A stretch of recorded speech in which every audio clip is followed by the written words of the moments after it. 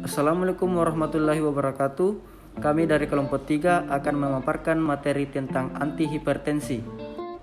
Adapun anggota kelompok kami yang pertama, Andi Badrani dengan NIM 21.070.AF. Kedua, Andriani dengan NIM 21.073.AF. Yang ketiga, Nur Aisyah dengan NIM 21.080.AF. Keempat, Nur Anissa Jalil dengan NIM 21.082.AF. Yang kelima, Nur Ayuningsih dengan NIM 21.083.AF. Yang keenam ada Nur Ilham dengan NIM 21.085.AF. Yang ketujuh, Nur Indah Pratiwi dengan NIM 21.087.AF. Yang kedelapan, Nur Asti Asisa dengan NIM 21.091.AF. Dan yang terakhir atau yang kesembilan, Restianti Restita Oktavia dengan NIM 21.098.AF. Apa sih itu hipertensi?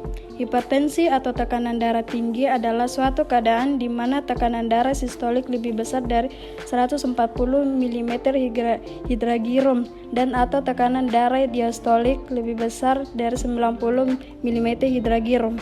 Tekanan darah dibagi dua, yaitu tekanan darah diastolik. Jadi yang normalnya itu 80 mm hidrogirum. Yang kedua tekanan darah sistolik, yang normalnya 120 mm hidrogirum. Gejala tekanan darah tinggi yang pertama sakit kepala, gelisah, kelelahan, mual muntah, dan sesak nafas. Hipertensi sering disebut sebagai the silent killer karena sering tanpa keluhan, sehingga penderita tidak tahu kalau dirinya mengidap hipertensi, tetapi kemudian mendapatkan dirinya sudah terdapat penyakit penyulit atau komplikasi dari hipertensi. Penyebab tekanan darah tinggi. Yang pertama, kurang aktivitas atau olahraga, konsumsi minuman keras, kegemukan, merokok, stres, keturunan, dan jenis kelamin. Adapun akibat tekanan darah tinggi, yang pertama penyakit jantung, gagal ginjal, stroke, dan kebutaan. Bagaimana sih strategi menurunkan tekanan darah? Jadi tekanan darah yang tinggi bisa diturunkan melalui penurunan curah jantung atau resistensi perifer. Penurunan curah jantung dipengaruhi oleh pertama penurunan frekuensi denyut jantung, kedua penurunan kontraktilitas jantung, dan yang ketiga penurunan retensi air dan natrium.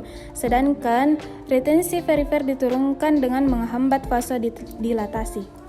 Adapun cara pencegahannya, pertama olahraga setidaknya 30 menit per hari, kedua istirahat dan tidur yang cukup, dan yang ketiga makanan sehat yang rendah lemak tapi kaya akan nutrisi, dan kurangi konsumsi gula dan garam. Adapun penggolongan obat hipertensi, yang pertama ACE inhibitor, obatnya itu lisinopril dan captopril. Kedua, angiotensin 2 reseptor blocker atau ARB, obatnya itu candesartan chelexatil dan irbesartan. Yang ketiga, kalsium kanal blocker atau CCB, obatnya nifedipin dan diltiazem. Keempat, beta blocker, obatnya beta block dan propanolol. Kelima, diuretik.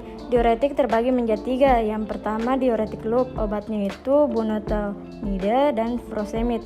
Yang kedua, hemat kalium, obatnya spironolakton dan triamterene. Yang ketiga, tiazid, obatnya itu hidroklortiazid. Kesimpulannya yaitu hipertensi adalah penyakit tidak menular yang cukup berbahaya karena tidak menimbulkan gejala yang spesifik dan secara fisik. Banyak penderita hipertensi yang baru saja menyadari hipertensinya pada 5 tahun terakhir dan didiagnosis pada kejadian layanan darurat. Sebagian besar penderita hipertensi tidak rutin mengecek tekanan darahnya, walaupun sudah mengetahui komplikasinya secara mendasar. Begitu juga dengan kepatuhan minum obat. Banyak penderita hipertensi yang tidak patuh dalam minum obat karena hanya meminum obat di saat timbul gejala. Hal ini menunjukkan kurangnya pemahaman penderita hipertensi terhadap penyakitnya. Berikut adalah daftar pustaka dari materi hipertensi.